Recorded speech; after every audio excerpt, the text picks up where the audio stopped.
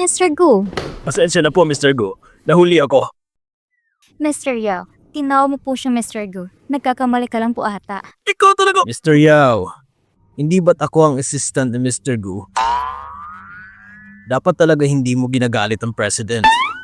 Alam mo naman siguro kung paano siya magalit, hindi ba? Oo, tama. Nakita ko si Mr. Gu kanina at ikaw ang assistant niya. Akala ko nandito si Mr. Gu kaya ako punta dito. Nalito lang talaga ako. Asya, sabihin mo, ano nangyayari dito? Ang dalawang to nanggugulo pero ayaw pa rin nila umalis. Hindi yan totoo. May pera kaming pambili. Sila lang nagsabi na di namin afford. At pilit kami pinapalabas. Ano? Di ba ang motto ng store natin ay customers first? Nakalimutan niyo na ba? Pero Mr. Wang, wala naman talaga silang pambili. Hindi sila nababagay na bumili dito. Ang ibig sabihin ng customers first ay kahit na meron o walang pambili ang customer, ay dapat aasikasuhin mo pa rin. Ang simple lang intindihin yan, bakit di niyo magawa? Mr. Yao, mamahalin ang mga items natin. Hindi naman tutulad sa ukay-ukay.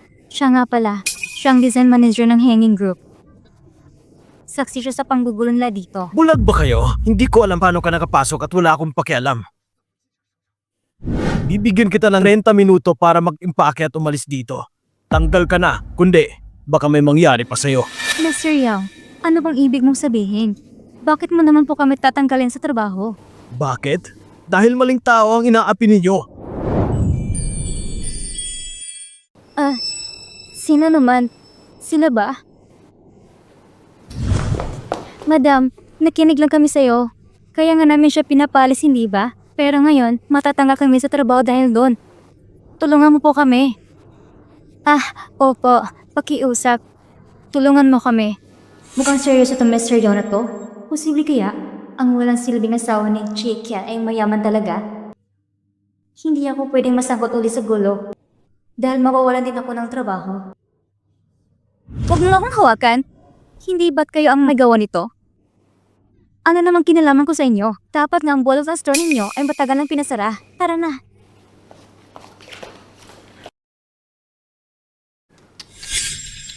Sa loob ng 20 minuto, pag di pa kayo kusang umalis, ipapanambot ko na kayo sa pulis. Mr. Yao, hindi po ba pwedeng pag-usapan muna natin? Panindigan nyo ang ginawa ninyo. Mr. Yao, pagkatapos mo dito, mag-report ka kay Mr. Gu. Mauna muna kami ng misis ko. Pasensya na talaga dahil sa gulo kanina dito sa store namin. Lahat ng gusto nyo sa mall namin ay sagot ko na. Pangbawi ko na sa gulo na nangyari sa inyo.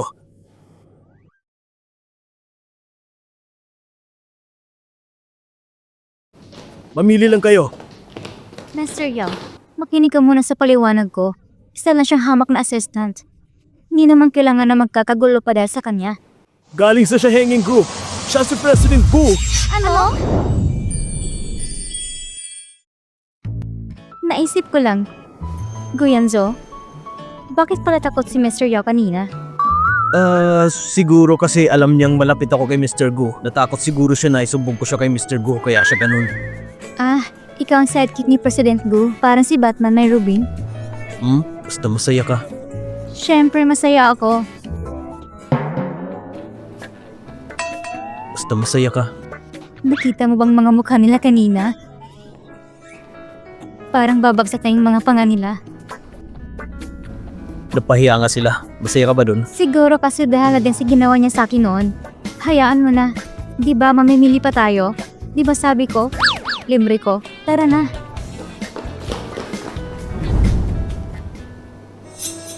Chicken, pinahiya mo na naman ako.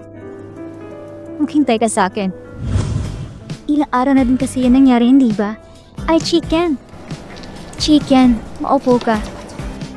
Chicken, ilang araw na din napapakita si Miss Zhang dito. Tanggal na ba talaga siya? Yes! Sabi ko naman, di ba? Ninakaw niya ang design ko. Nahuli nga siya mismo ni Mr. Gu eh. Ang bait talaga ni Mr. Gu. Si Miss Zhang kasi, kampante dahil sa posisyon niya, kaya siya ang design manager natin. Hindi ko na nga mabila ilan yung pinatanggal niya na intern. Tapos yung design mo, ninakaw niya pa pala. Tama. Narinig ko din yung mga dati niyang design ay di siya ang may gawa. Talaga? Nga pala, Chicken. Assistant ba talaga ni Mr. Go ang asawa mo? Ang galing naman nun. Pero kakapasok niya lang sa trabaho. May partnership na tayo sa mga Go. Tapos assistant niya ang asawa mo. Chicken. Huwag mo kami kakalimutan ha. Iba talaga si Chicken. Ano na namang magagawa niyo sa inyo? Mag-o-order ng tekat at pamigay sa inyo? Di ba tanggal ka na? Nagulat ka ba? Chicken. Nakakalimutan mo ata kung sinong boyfriend niya ay senior executive natin. Siya ang kanang kamay ni Mr. Go. Hindi mo siya mapapalis basta-basta. Isang sabi lang ng boyfriend niya, makakapasok siya sa hanging. Pero ayaw ko sa hanging. Kung nasa hanging ako, paano ako makakaganti sa'yo, di ba? Mag-isip ka. Anong sabi mo? Kalma. Ibigay mo na sa kanya. Nandito lahat ang project design ko. Ikaw nang bahala dyan. Sa mga susunod na araw, ibibigay ko pa rin sa'yo at ikaw lang ang magtatrabaho. Ano? Project mo to? Ba't akong gagawa? Chicken, tingin mo ba matutulungan ka ng walang silbi mong asawa? Sa harap ng mall manager, nagtatapang-tapangan siya. Makinig ka. Isang salita lang ng boyfriend ko ay pwedeng matanggal ang asawa mo.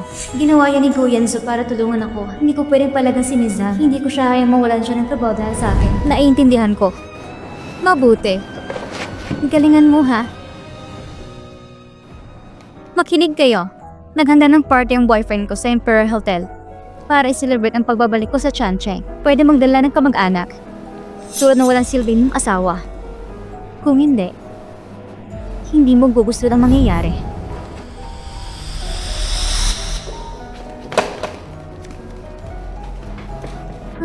Chicken, sumusobra na siya. Ayos ka lang ba?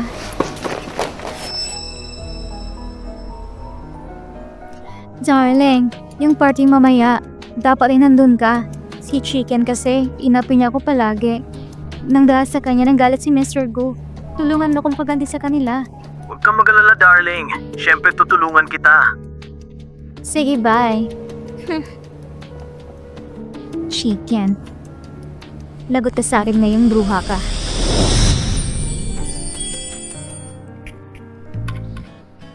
Gusto ni Mizang na pumunta ng asawa ko sa party niya. Malamang ay may masama siyang binabalak. Pero, hindi ko rin siya pwedeng pigilan. Bahala na. Bakit nakasunod si Mr. Go kay Go Yanzu? Para siyang boss. Nandito si Chikian. Umalis ka muna.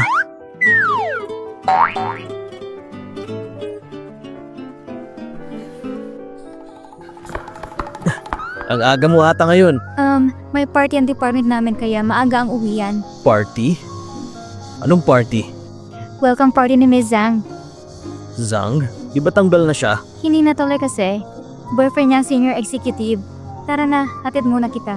Ninakaw niya yung design mo noon at tinangkin. Kung pupunta ka sa party niya mamaya, malamang may binubalak na naman siya. Mas mabuting di ka na lang tumuloy. Manager pa rin namin siya. Lahat ng nasa department namin ay pupunta. Kung di ako pupunta, baka sabihin na di ako nakikisama. Eddie, aapihin ako lalo. Kung ganun, sasama ako sa'yo. Gusto kong alamin yung binubalak ni Kuy Ming.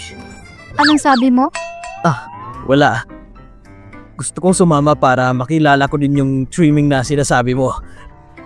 Tara na. Ayoko. May trabaho ka na din at ginagalingan mo. Ayoko naman kaabala sa'yo. Umangkas ka na lang kung hindi malilate ka. Aapin ka nila, sige ka.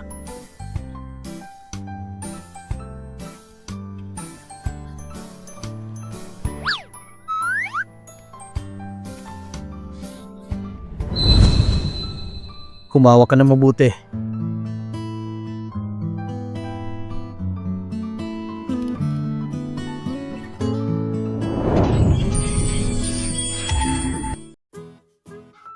Teka, dito ang daan.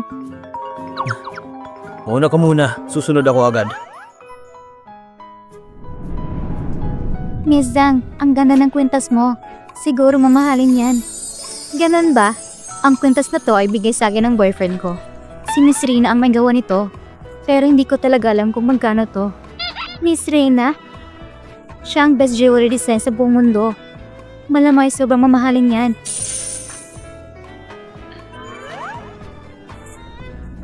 Miss Zhang, narinig ko ng boyfriend mo galing sa marketing department ng hanging. Malapit din na siya kay Mr. Gu. Victim yung boyfriend mo, Miss Zhang. Chicken, nandito ka na. Nandito na bala sa department natin? Wow, ang ganda naman ang suot mong pulseras. Maganda, di ba? Maganda nga. Wedding gift yan sa akin ng lolo ng Mr. ko. Oh. Maganda din ang kulay. Para imperial green. Parang ano?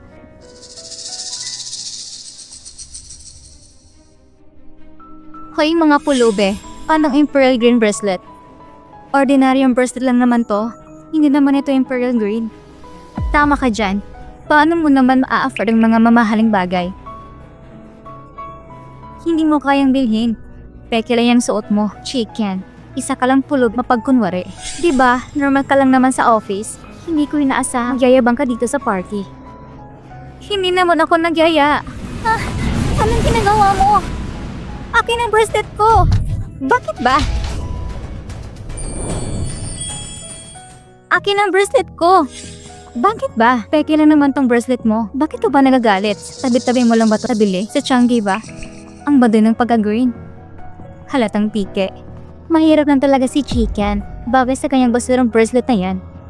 Miss Zhang, sumusobra ka na. Sumusobra? Hindi naman ako sumusobra ha. May gusto pa nga akong gawin eh. Gusto mong malaman? Anong gagawin mo? Anong ginagawa mo? Ay hala, nasira. Bakit mo ba ito ginagawa? Bakit ka ito ginagawa? Kita mo na. Peke lang kasing bracelet mo. Binili lang niya ng walang kwenta mong asawa sa bangketa. Mag-sorry ka. Ano? Sabi ko mag-sorry ka. Ah! Chicken! Diba pinatanggal mo ko kay Mr. Gu? Hindi pa ako nakakaganti sa'yo. Tapos ngayon magsusorry ako sa'yo? Walang ba yung sampal ko? Anong ginagawa mo? Anong ginagawa mo? Ayos ka lang ba? Nasira yung bracelet na binigay sa akin ni Lolo. Pasensya na talaga. Ang mahalaga, ayos ka. Sino ang sumira sa bracelet na to? Ako ang sumira. Ano naman? Napulot mo lang naman yan sa basurahan. Bakit naman siya malalagot? Sinira niya, kaya dapat niyang bayaran. Peke lang naman yung bracelet. 200 yuan. Sapat na ba yan? Alam mo ba kung magkano yung bracelet? 80 million. Anong sinasabi mong 80 million? Gusto mo magbayad ako ng 80 million para sa peking bracelet na bili mo? Ang bracelet na to ay ang Ice-type Imperial Green. Nasa 10 lang ang ganito sa buong mundo. May nakabili nito sa isang auction kailan lang. Nabili niya ito sa halagang 200 million. 80 million lang hinihingi ko sa'yo. Dahil kasamahan ka ng asawa ko, mabait pa ako sa presyo na binigay ko sa'yo. Miss Zhang, magbayad ka na. Hindi dahil sabi mong 80 million ay totoo na. Ang ganyang Ice-type Imperial Green na bracelet, si Mr. Gula ang nagmamayari niyan dito sa hanging. Siya lang ang may ganyan sa bahay niya. Kung ganun, ba't di mo nalang sabihin na ikaw si Mr. Gu? Kahit na hindi ako si President Gu! Bakit ka nandito? President Gu! Bakit ka nandito? President? Siya ang president? Mr. Choi! Ikaw pala yan. Wala dito si President Gu dahil may inaasikaso siya. Kaya bilang assistant niya, pagkatapos ko sa trabaho ay dumiretso ko dito para samahan ng asawa ko. Nagugulahan ako. Nalito lang ako. Kaya nga sinasabi ko, itong si Chicken, di ko na mabila kung ilang babae pa ang hinaapi niya. Kaya imposible na mapalit siya kay President Gu.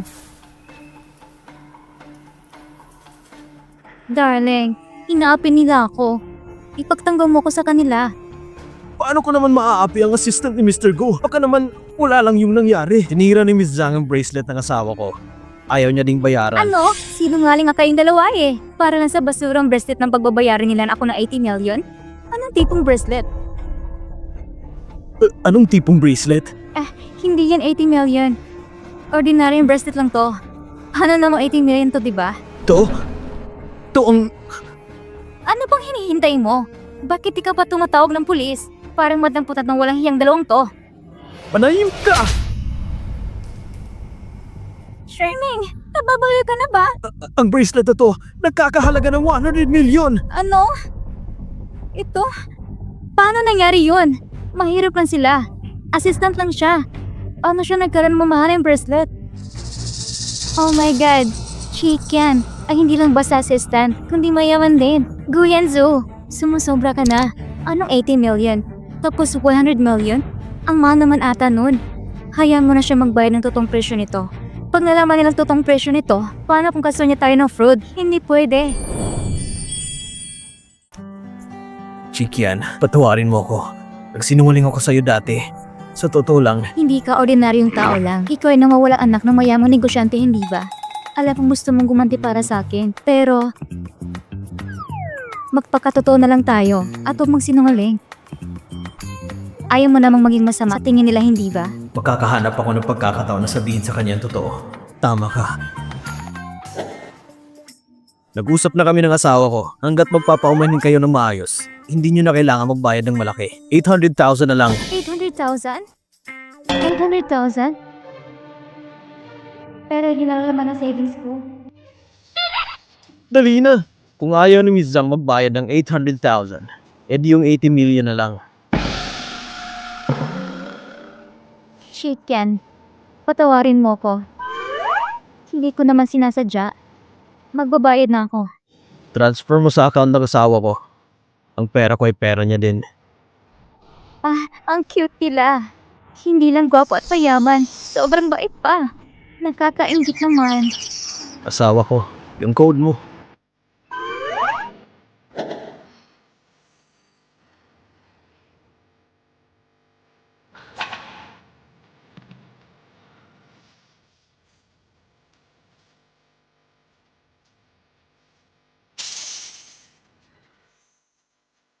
Totoo nga. 800,000 talaga. Makinig ka. Hintayin mo ako sa labas. Bilisan mo!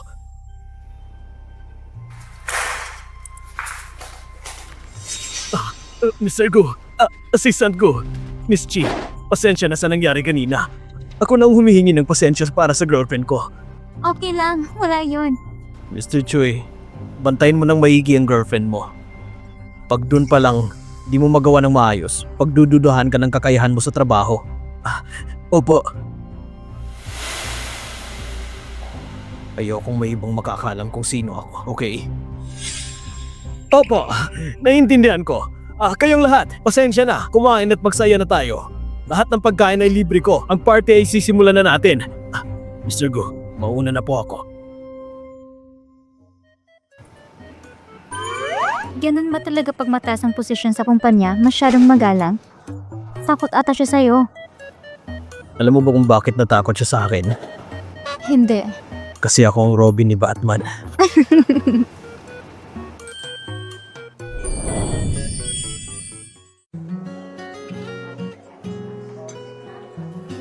Chikian. Salamat. Kian. Ang swerte mo naman masyado sa asawa mo. Gwapo na nga, responsable pa. Tama ka dyan. Hindi pa nga ako tapos kumain pero busog na ako sa inggit. Kung asawa ko yan, magpapabalatin ako ng hipon mo. Huwag niyo na kaming asarin. Normal lang na gawin ko to. Nga pala, ito ang unang pagkakataon na nakilala ko kayo. Mag-toast tayo. Salamat nga pala sa pag-aalaga kay Chikian. Cheers! Cheers! Gusto ko pa namin makilala lalo. Lumabas ka tayo ng madalas.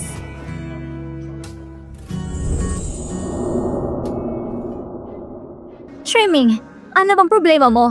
Ang sabi mo tutulungan mo akong mahigali sa kanila? Hindi lang sa di ako nakaganti sa kanila. Nawala pa ako ng 800,000. Huwag kang na sumigaw! Makinig ka sa akin. Simula ngayon, huwag mo na silang awayin. Si Assistant Gu at Miss Che hindi dapat inaapi. Naiintindihan mo ba? Gusto mo bang maging mabait ako sa kanya? Nababawi ka na ba? Manahimik ka nga. Maghiwalay na lang tayo kung di ka makikinig. Idadamay mo pa ako. Chicken.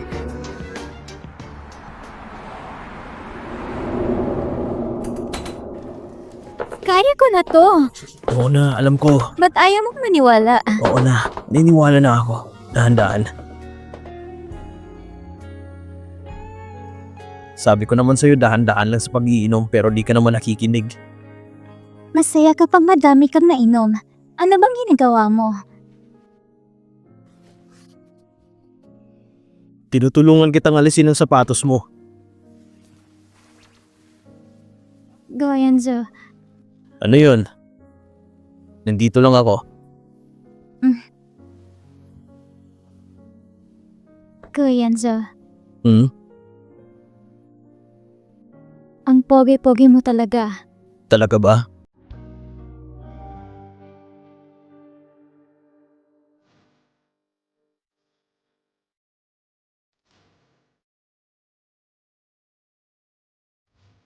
Bakit parang gusto mo kong halikan?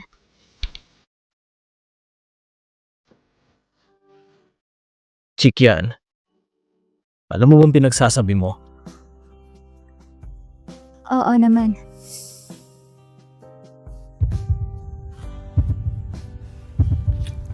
Gawin na natin.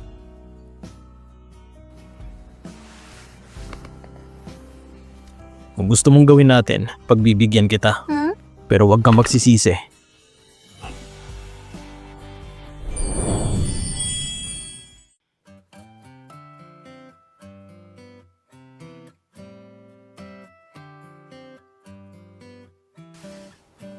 Pero, tulog ka na agad? Sige na nga. Good night.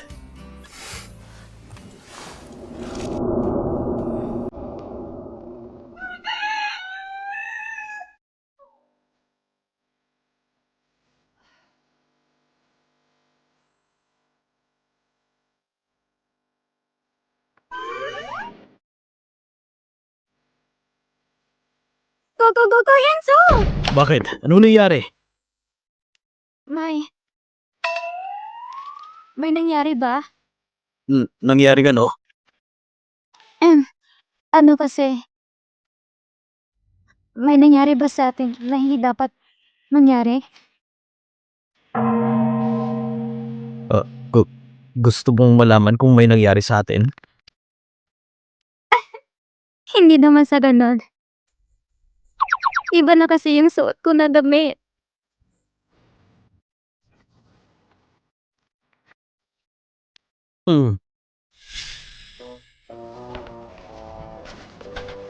Pasensya na po sa abala. Salamat.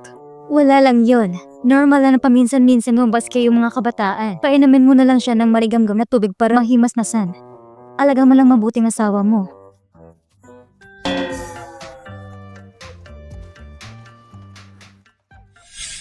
Huwag kang magalala.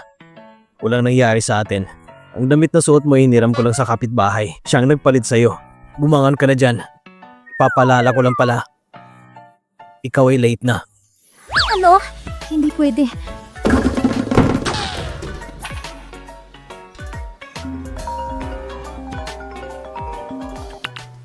Hello? Sino to?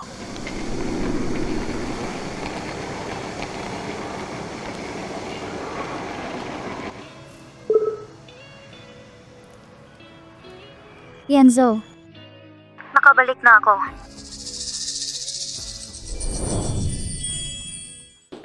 Tara na, late na ako. Anong problema? Ang aga pero nakasimangot ka. Wala to. Tara na. Tara na, late na tayo. Mr. Gu, 3 taon na nakalipas na niyaya mo si Miss Yu ng kasal. Pero pumunta siya sa abroad at pinakasalan niya si Charles. 1 buwan na nakalipas, nagdeklara si Charles ng bankruptcy. Nakipag-divorce si Miss Yu sa kanya. Itong nakaraang taon, nakaasa lang ang mga Yu kay Charles. Ngayon na bankrupt na si Charles, naghihirap na ang pamilya Yu kaya siguro bumalik siya. Bumalik siya dito para tulungan ang pamilya niya.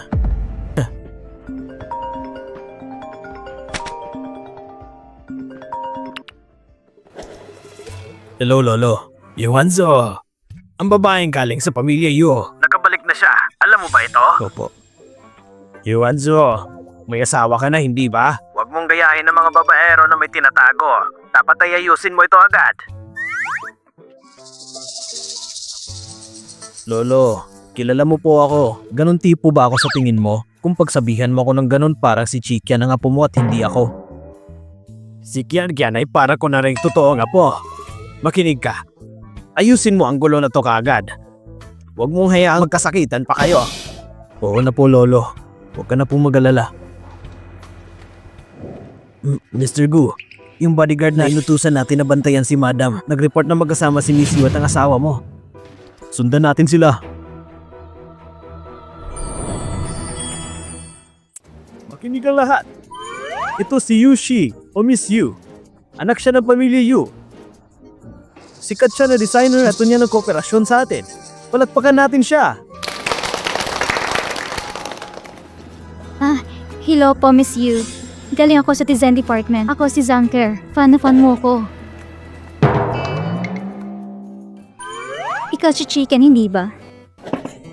Hello po, Miss Yu. Kinalam mo ko? Oo naman. Nakita ko yung design mo kailanman. Maganda ang gawa mo. Manager Zhao. Gusto ko sana si Chicken ang mag-handle ng project na gagawin ko. Ako? Miss Yu, salamat po sa tiwala sa trabaho ko. Tingnan mo.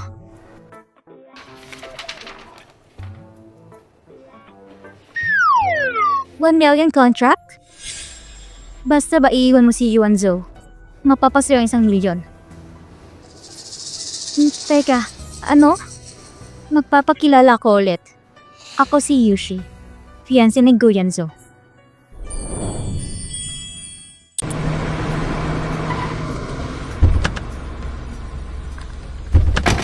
Halika na, bilisan mo!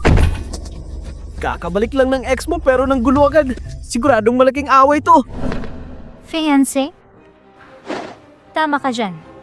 So nandito ka para kay Guyan Zhou. Hindi dahil nagaganda ka sa design ko. Design?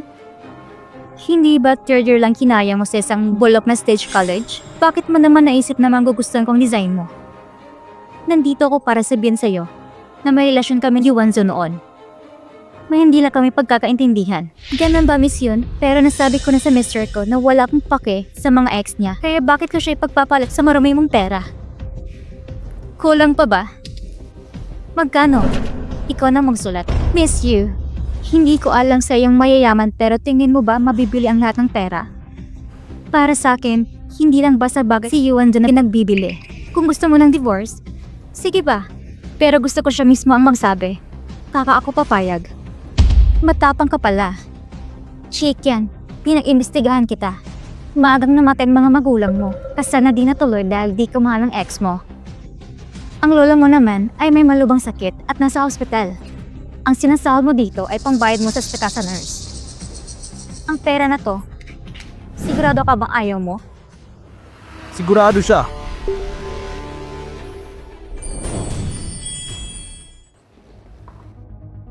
Sinaptan ka ba niya? Genzo, nakita din kita ulit. Walang dahilan para magkita pa tayo. Yuanzo, alam ko nagkamali ako sa'yo dati. Pero pinilit lang ako nila mama. Ayaw kong iwan ka. May problema yung pamilya namin. At handa na akong maging asawa mo. Pwede bang ayusin natin?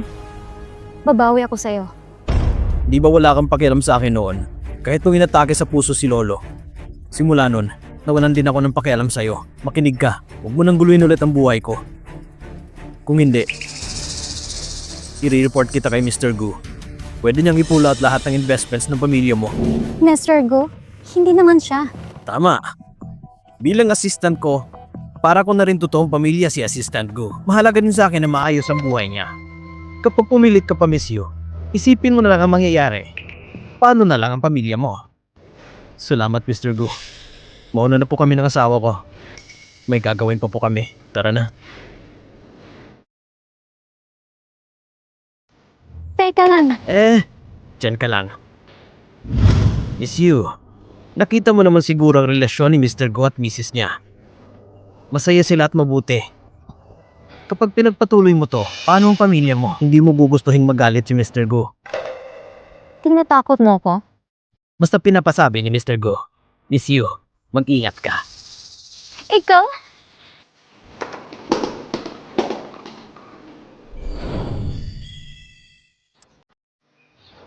Ikaw at si Yushi. Ano nangyari sa inyo? Ex ko siya. Muntik na kami ikasal. Pero bago pa kami kasal, nagkaproblema ang pamilya namin. Parang wala lang sa kanyang nangyari kay Lolo. Umalis siya at di natuloy ang kasal namin. Nagpakasal siya sa mayamang matanda sa abroad. Matanda? Tama. Pero nalaman ko na bankrupt yung matandang yun kaya iniwan niya ito. Tulad ng paano niya ako iniwan nun.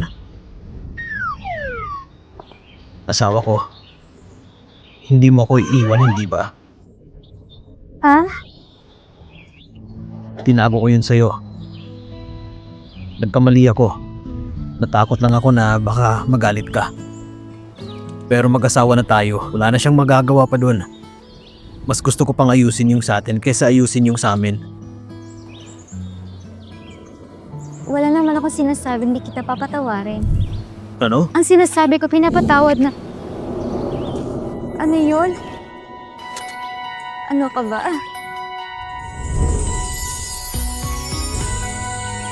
Anong ginagawa niyo?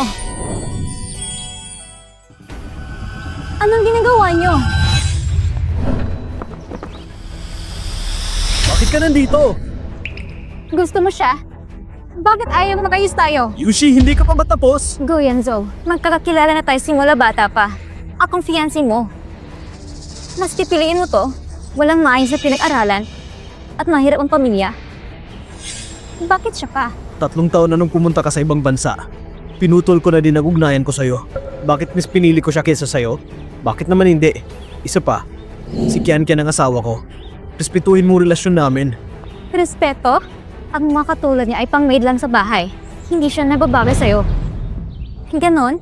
Miss you, hindi ba't ikaw ang anak ng mga you? Sikat ka din na designer. Mukhang matino ka din naman ng babae. Bakit kailangan mo pang maghabol sa asawa ko? Manahimik ka! Sino ka ba sa'yo na akala mo? Hindi ka nga ng babae na tumabis sa tabi niya. Sino ka para pakialaman ng buhay ko at kung anong dapat sa akin? Hindi mo ba alam na sobrang layo mo sa asawa ko? You and Zoe, gusto mo siya hindi ba? Bakit ayaw mo sabihin sa kanya ang totoong pagkatao? Totoong pagkatao? Na hindi ka ba sinasabi sa akin? Wala yun. Huwag kang makinig sa kanya. Tinatago niya to sa'yo. Siya ay... Yushi, tama na yan! Wala kang karapatan na pakialaman ng buhay ko. May asawa na ako. Kaya sana huwag mong guluhin ang mga buhay namin. Mahiya ka din sa sarili mo. Tara na. Go, Yanzo! Go, Yanzo! Go, Yanzo!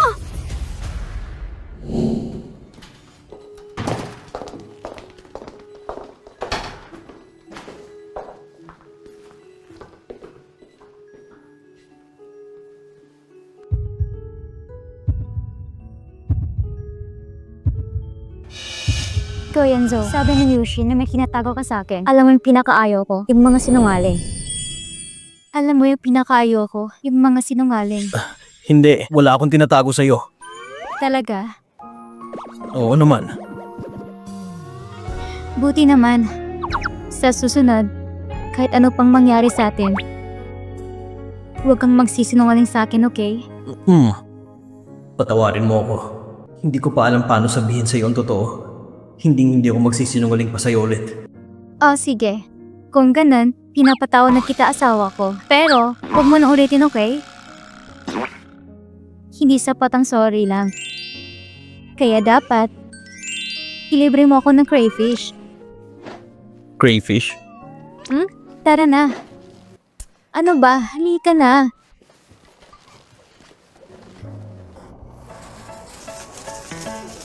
Bakit hindi ka pa kumakain? Hindi pa ako nakakain ito. Hindi ka pa nakakain ito? Hindi. Matagal na ang huling kain ko nito. Kawawa ka naman. Pero masarap ang crayfish na dito. Siguradong magugustuhan mo to. Kain na tayo.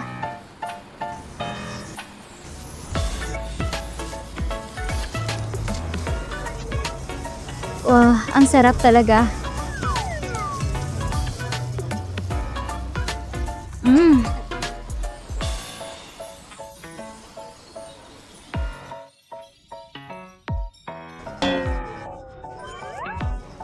Hindi ka marunong magbukas, ang tagal na siguro ng huling kaya mo nito. Kaya di ka marunong. Heto.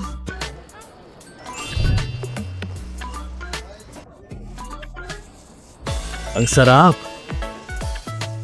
O, di ba? Sabi ko naman sa'yo masarap. Favorite ko to eh. Hmm.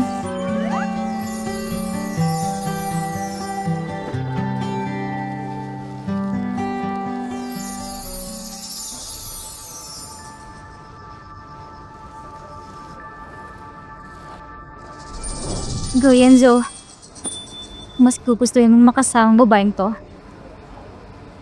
kaysa sa akin.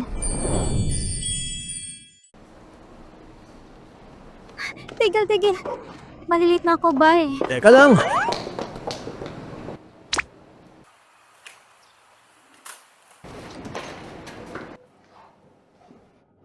Asawa ko, Bakit ka nandito? nakalimutan mo yung baonan mo. Ah, salamat. Kainin mo to ng mainit mamaya. Iinitin ko to mamaya. Yuanzo, may gusto sana akong sabihin sa'yo. Wala na tayong kailangan pag-usapan. Kung ayaw mong malaman ni Chicken ang totoong pagkatao, sumunod ka sa akin. Asawa ko, may pag-uusapan lang kami tungkol sa trabaho. Kumain ka na muna. Ah, sige. Ang sabi sa akin ni Trini, tigilan ko ang panggulo kay Chicken at ang wala niyang silbing asawa. Nagkakakilala din sila ni Missy. Posible kayang galing talaga siya sa mayamang pamilya.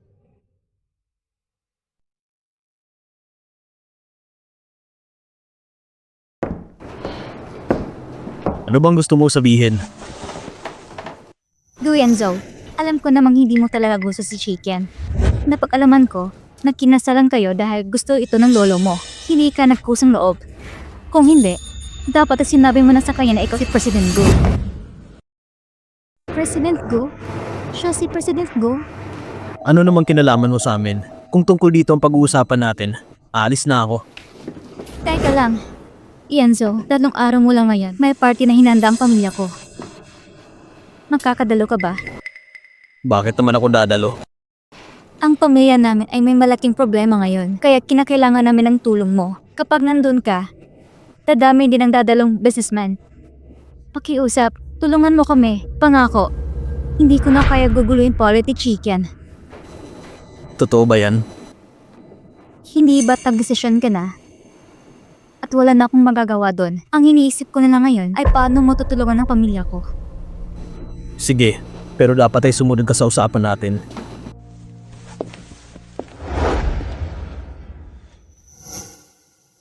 Lumabas ka na dyan.